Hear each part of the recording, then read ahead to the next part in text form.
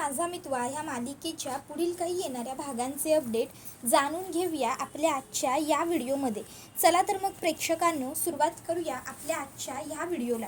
तर आपण इथे पाहणार आहोत की कशा पद्धतीने आता इकडे ईश्वरी आणि अर्णव जिंकल्यानंतर अर्णव ईश्वरीला एक खूप मोठं सरप्राईज देणार, ज्यामुळे नम्रताला खूप मोठा धक्का बसणार. आता नेमकं अर्णव ईश्वरीला काय सरप्राईज देणार आहे, काय घडणार आहे, हे सगळं काही आपल्या आजच्या ह्या व्हिडिओमध्ये शेवटपर्यंत पाहूया. तर इकडे आता आपण पाहतोय की सध्या आता ईश्वरी ही प्रॅक्टिस करत असते आणि ती आता प्रॅक्टिस करत असताना जी इकडे नम्रता असते त्या नम्रताने मुद्दामून जाणून बुजून ईश्वरीच्या पायामध्ये आता इकडे जाणून बुजून स्केटिंग आणलं होतं आणि स्केटिंग आणून तिने पाडलं होतं ईश्वरीला. आणि आता हे सगळं अर्णव बघतो की ईश्वरी खाली पडली आहे. मग अर्णवला खूप मोठा धक्का बसतो. अर्णव ताबडतोब डॉक्टरांना बोलवतो, ईश्वरीला वरती वगैरे बसवतो. त्यानंतर त्या ठिकाणी डॉक्टर येतात. आता डॉक्टर त्या ठिकाणी आल्याच्यानंतर मग ते ईश्वरीचा पाय तपासतात. अर्णव विचारतो, काही सिरियस तर नाही आहे ना डॉक्टर, काही म्हणजे तुटलं वगैरे नाही आहे ना, हाड व्यवस्थित आहे ना सगळं, त्याबरोबर फ्रॅक्चर वगैरे काहीही नाही आहे, एकदम व्यवस्थित आहे हाड, फक्त मुकामार आहे, पण आराम करावा लागेल असं डॉक्टर ईश्वरीला म्हणतात. त्यावर ईश्वरी डॉक्टरांना म्हणते की डॉक्टर, आता माझं प्ले होतं डान्स परफॉर्मन्सचं, मी काय करू. त्याबरोबर डॉक्टर म्हणत असतात, सॉरी मिसेस राजेश शिर्के, पण मी तुम्हाला ह्या अशा कंडिशनमध्ये ॲज अन डॉक्टर म्हणून तरी प्ले करण्याची परमिशन देत नाही. आता जर तुम्ही डान्स करायला गेलात ना तर त्यामुळे तुम्हाला आणखीन जास्त त्रास होईल, पाय तुमचा आणखीन जास्त दुखेल. तर तुम्ही जर डान्स अवॉइड केलात तरच बरं होईल, ते तुमच्यासाठी खूप चांगलं ठरेल. त्यावेळी इशू म्हणते, डॉक्टर पण. त्यावर डॉक्टर म्हणतात, मिसेस राजेश शिर्के, हे बघा, तब्येतीपेक्षा काहीही महत्त्वाचं नसतं, ही गोष्ट लक्षात ठेवा. आणि त्यानंतर मग तुम्हाला जो काही निर्णय घ्यायचा असेल तो तुम्ही घ्या. त्यावेळी मग मात्र आता इशूला कळत नसतं की आता काय निर्णय घेऊ. तर डॉक्टर म्हणत असतात की जो निर्णय घ्याल तो विचारपूर्वकच घ्या. त्यावेळी मग मात्र आता इशू ही विचारात पडते, काय करू, कसं करू, काय करू, कसं करू.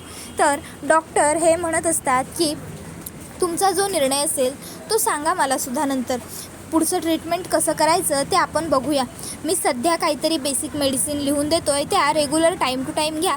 आणि हो, मी हा एक स्प्रे लिहून देतो आहे, तो स्प्रेसुद्धा पायावरती मारा. आणि एक क्रीम देतो आहे, जर जास्त दुखलं तर त्या क्रीमने मसाज करा. त्यावेळी मग आता ईश्वरी म्हणते, ठीक आहे डॉक्टर. त्यानंतर डॉक्टर आता स्प्रे वगैरे देतात आणि स्वतः तिकडनं निघून जातात. डॉक्टर निघून गेल्यानंतर मग अर्णव ईश्वरीला म्हणत असतो, मिस इंदौर जा चेंज करून घे. त्यावर इशू म्हणते, चेंज सर, माझा परफॉर्मन्स आहे. त्याबरोबर अर्णव म्हणत असतो, हे बघ मिस इंदौर, मला तुझ्यापेक्षा तुझ्या तब्येतीपेक्षा जास्त महत्त्वाचं काहीही नाही आहे, ना तुझा परफॉर्मन्स ना आपलं जिंकणं, काहीच नाही. त्यामुळे तू आत्ताच्या आत्ता चेंज कर. त्यावर इशू म्हणत असते, सर तुमच्यासाठी जरी माझ्यापेक्षा महत्त्वाचं काहीही नसलं तरी माझ्यासाठी तुमच्यापेक्षा गरजेचं काही नाही आहे. आणि तुमच्यासाठी सात्विक फॅशन्स किती महत्त्वाचं आहे ना हे मला व्यवस्थित माहिती आहे. त्यामुळे सात्विक फॅशन्स मिळवण्यासाठी मला जे वाटेल ते मी करायला तयार आहे. आणि हे लागलं आहे याचं काय तुम्ही एवढं सिरियस मनावरती घेऊ नका, एवढं फार काहीही मला झालेलं नाही आहे, मी एकदम व्यवस्थित आहे, मी प्ले करू शकते, मी डान्स करू शकते. त्यावर अर्णव म्हणतो, मिस इंदौर, अगं पण. इशू म्हणते, सर बचपन में भी एक बार मैं ऐसे ही गिर गई थी, तो भी मैंने डान्स किया था की नाही. त्यावर अर्णव म्हणतो, इशू अगं पण. त्यावर ईश्वरी अर्णवचं काही ऐकत नाही आणि ते डान्स परफॉर्म करते. त्यानंतर ती लोकं जिंकतात. आता ईश्वरी आणि अर्णव जिंकल्यामुळे पुन्हा एकदा नम्रताला खूप जास्त राग आलेला असतो. नम्रताची चिडचिड झालेली असते. ती विचार करते की अरे नेहमी नेहमी हे असं कसं होतं, नेहमी नेहमी ही ईश्वरीच कशी जिंकते, या सगळ्याला काय अर्थ आहे. मला अजिबातच आवडत नाही आहे हे सगळं, पण माझ्या हातात काहीच पर्याय नाही आहे. तर आता जजेसने ईश्वरीला विनर घोषित केलेलं असतं. आणि त्यानंतर जजेससुद्धा इशूचं कौतुक करतात. जजेस म्हणतात की खरंच मिसेस राजेश शिर्के यांचं कौतुक करावं तेवढं थोडंच आहे. नवऱ्याच्या पाठीशी ठामपणे उभी राहणारी अर्धांगिनी म्हणून आपण त्यांच्याकडे खरोखर खूप चांगल्या दृष्टीने बघायला हवं. आपल्या पायाला एवढं लागलेलं असतानासुद्धा आपल्या नवऱ्याची त्यांनी मध्येच साथ न सोडता परफॉर्मन्स कंप्लीट केला. एवढा त्रास होत असतानासुद्धा ते असं नाही म्हणाल्या की मला परफॉर्म करायचं नाही आहे. खरोखर याला म्हणतात जिद्द, याला म्हणतात चिकाटी, ह्याला म्हणतात मेहनत, यालाच म्हणतात कष्ट. शाब्बास मिसेस अर्णव राजे शिर्के. त्यावेळी मग इशू म्हणत असते की थँक्यू सो मच. पण खरं बघायला गेलं तर ह्या सगळ्यामध्ये अर्णव सरांच्या सपोर्टची खूप गरज असते मला. त्यांचा सपोर्ट असतो म्हणूनच मी काहीही करू शकते. हे ऐकून अर्णवलासुद्धा खूप छान वाटतं की इशू आपलं नाव घेते. त्यानंतर मग आता ईश्वरी आणि अर्णव घरी आलेले असतात. इशूला चालता येत नसल्यामुळे अर्णवने तिला उचलूनच घरी आणलेलं असतं. आता ते लोक दरवाजात आल्यावर आजी म्हणते, अरे थांबा थांबा, एवढं मोठं काम करून आलाय, असंच थोडी घरात घेईन, ओवाळू तरी द्या मला तुम्हा दोघांना. आणि मग आजी इशू आणि अर्णव या दोघांचंही औक्षण करते.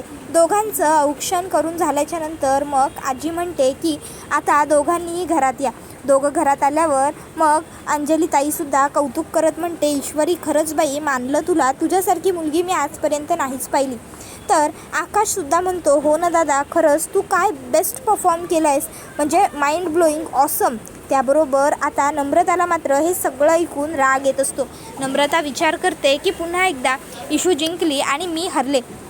एवढे प्रयत्न करून, एवढे कष्ट करून, एवढे एफर्ट्स घेऊनसुद्धा माझ्या हाती मात्र काहीच नाही लागलं. नेहमी असं कसं होऊ शकतं? नेहमी ईश्वरी जिंकते आणि मीच हरते, याला काय अर्थ आहे?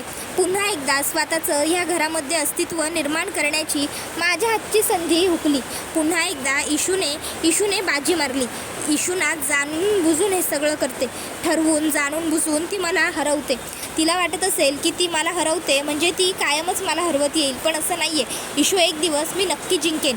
तर दुसऱ्या बाजूला अर्णव म्हणत असतो, एक मिनिट, तुम्ही सगळ्यांनी मिस इंदौरचं आता खूप कौतुक करून झालेलं आहे. आता मला काय बोलायचं आहे ते एकदा प्लीज सगळ्यांनी शांत ऐकून घ्या. सगळेजण म्हणालात की इशूचं डिसिजन मेकिंग पॉवर खूप छान आहे, ती खूप चांगलं काम करते, ती टीमवर्कसुद्धा छान करते वगैरे वगैरे. म्हणूनच मी आता ठरवलं आहे की ईश्वरीला मी सुद्धा एक भेटवस्तू देणार आहे. त्यावर इशू म्हणते, सर अहो काय गरज आहे? त्यावर अर्णव म्हणतो, आणि तुझी भेटवस्तू तयार आहे. त्यावर घरातले सगळे विचारतात, काय देणार? त्यावर अर्णव सगळ्यांना म्हणतो की मी असा विचार करतोय की मी ईश्वरीची नेमणूक आपल्या ऑफिसमध्ये MD म्हणून करावी. ईश्वरी आजनंतर सात्विक फॅशनची MD असेल, मॅनेजिंग डायरेक्टर. मी CEO आणि ती MD. कसं वाटतंय तुम्हा सगळ्यांना? त्याबरोबर घरातल्या सगळ्यांना अर्णवची कल्पना खूप आवडते. अर्णव सगळ्यांना सांगतो की ईश्वरीला मी माझ्याबरोबर घेऊन जाईन आणि स्वतः मी तिला तिच्या खुर्चीवरती बसवेन. त्याच्यानंतर दोघं नवरा बायको फ्रेश वगैरे होतात, चेंज करतात आणि मग अर्णव ईश्वरीला स्वतःहून सात्विक फॅशनच्या ऑफिसला घेऊन आलेला असतो आणि तिथे येऊन तो आता सगळ्यांबरोबर ईश्वरीची पुन्हा एकदा ओळख करून देतो. सो लेडीज अँड जेंटलमेन, ही मिसेस ईश्वरी अर्णव राजे शिर्के ही तर आहेच, पण आजपासून हिची एक वेगळी स्वतंत्र स्वतःची अशी ओळख असायला हवी, असं आम्हा दोघा नवरा बायकोनं वाटतं. आणि मिस इंदौरची आता स्वतःची स्वतंत्र ओळख असणार आहे, सात्विक फॅशनची MD. आजपासून मिस इंदौर माझ्या अंडर सात्विक फॅशनची नवीन MD आहे. So big round for it. त्याबरोबर मग आता लगेचच सगळेजण इशूसाठी खूप जोरजोराने टाळ्या वाजवतात आणि ईश्वरीला शुभेच्छा देतात की ईश्वरी मॅम. तर अर्णव म्हणत असतो, तर आज नंतर MD मिसेस ईश्वरी अर्णव राजे शिर्के आणि CEO म्हणजे मी, आम्ही दोघंजणं आपल्या कंपनीचं सगळं काम पाहणार आहोत. तर इकडे हे सगळं बघून खरं तर अंजलीला आणि आजीला खूप आनंद झालेला असतो. अंजली ही आजीला म्हणत असते, आजी बरं झालं नाही चिंटू ईश्वरीला घेऊन ऑफिसला गेला ते, म्हणजे आता दोघं नवरा बायको जितका वेळ एकत्र घालवतील ना तितकंच चांगलं असेल. तर हे जेव्हा आता नम्रताच्या कानावर पडतं, नम्रताला तर खूप राग येतो, तिचं डोकंच फिरतं. ती विचार करते की ते दोघं नवीन आहेत आणि मग आम्ही काय जुने झालो आहे का? आमच्याबद्दल कोणाला काहीच वाटत नाही का? एवढे कसे हे लोक स्वार्थी सतत इशू जिजू करत राहतात? आम्ही पण तर या घरातले आहोत ना, मग आमच्याकडे सुद्धा या घरातल्यांनी बघायला हवं, आमच्याकडे सुद्धा लक्ष द्यायला हवं ना. असो, प्रत्येक वेळी उगाचच्या उगाच मीच बोलते, पण मी का बोलते, कारण काय, हे मात्र कोणीही बघत नाही. हे जे झालं आहे ना ते खूप अति झालं आहे. आता मला ना खरं तर जाऊ दे, इथे बोलण्यात काही अर्थ नाही आहे असा विचार करत नम्रता स्वतःच्या रूममध्ये जाते. रूममध्ये जाऊनसुद्धा ती आदळआपट करू लागते, चिडचिड करते आणि म्हणत असते की शेवटी मी इतके प्रयत्न करूनसुद्धा इशू जिंकली, मी काहीच नाही करू शकले. त्यावेळी त्या ठिकाणी आकाश येतो. आकाश नम्रताला शांत करण्याचा प्रयत्न करतो, पण नम्रता उलटं आकाशबरोबरच भांडते आणि माझ्याशी काही एक बोलायला येऊ नका, मी खूप रागात आहे असं सांगते. शेवटी आकाश बिचारा गुपचूपपणे तिकडनं निघून जातो. इतक्यात नम्रता एक बेडवरची उशी खाली फेकते. वल्लरी तिकडे येते आणि ती उशी पुन्हा उचलून बेडवरती ठेवत नम्रताला म्हणते, काय काय चाललंय, काय राग काढतेस? कोणाचा? कोणावर? कोणामुळे? कोणासाठी? काय चाललंय काय? तुला काय वाटतंय की तू ह्या सगळं केलंस, आक्रोश केलास, गोंधळ घातलास, धिंगाणा घातलास तर तुला प्रॉपर्टी मिळेल? नाही मिळणार, नाही मिळणार आहे, कळतं आहे का तुला? हे बघ नम्रता, जर प्रॉपर्टी मिळवायची असेल, ह्या घरात स्थान मिळवायचं असेल तर ह्या घरात तुला तुझं काहीतरी महत्त्व निर्माण करावं लागेल आणि त्यासाठी धडपड महत्त्वाची आहे. आजची ही संधी जरी तुझ्या हातून हुकली असेल ना, तरी ईश्वरीला कमीपणा दाखवण्याची कुठलीच संधी तुला हुकवू द्यायची नाही आहे. हे बघ नम्रता, ह्या घरात मला त्या ईश्वरीचं नाही तर तुझं नाव ऐकायचं आहे. ह्या घरात लोकांनी सगळ्यांनी असं म्हटलं पाहिजे, खरंच आकाशची बायको देखणी तर आहेच, पण रूपाने तशीच गुणाने सुद्धा सुंदर आहे, शालीन आहे. कळतं आहे का तुला नम्रता? हे बघ, मी तुला नेहमी बोलते, रागवते, ओरडते, चिडते, पण यामागचं कारण फक्त एकच आहे, ते म्हणजे तुझं ह्या घरातलं अस्तित्व. हे घर राजेश शिर्केंचं आहे, अर्णवचं आहे, त्यामुळे ह्या घरात वर्चस्व कायम त्याचाच आणि ईश्वरीचंच.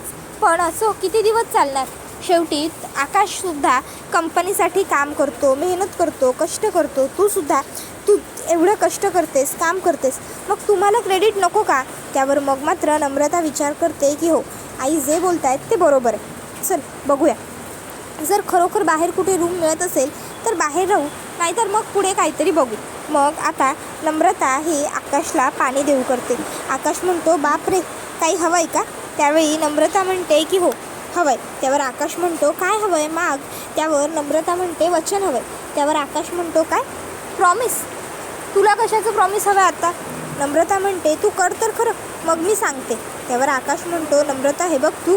त्यावर नम्रता म्हणते, आकाश प्लीज. त्यावेळी लगेचच तिला तिच्या सासूचं बोलणं आठवतं आणि मग लगेच ती म्हणते, आकाश तुम्हाला माहिती आहे का, मला ना असं वाटत आहे की आता आपण वेगळं राहायला हवं.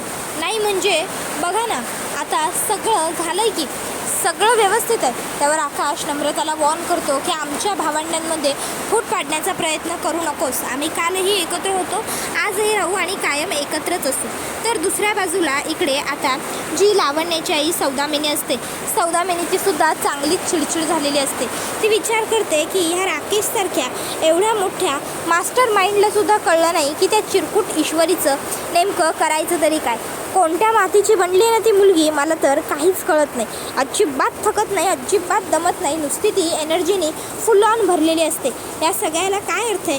खरं तर हे सगळं जे घडलं ना ते सगळं आपल्याचमुळे घडलं. आपण जर लवकर निघालो असतो किंवा लवकर भेटलो असतो ना तर हे एवढं सगळं घडलंच नसतं.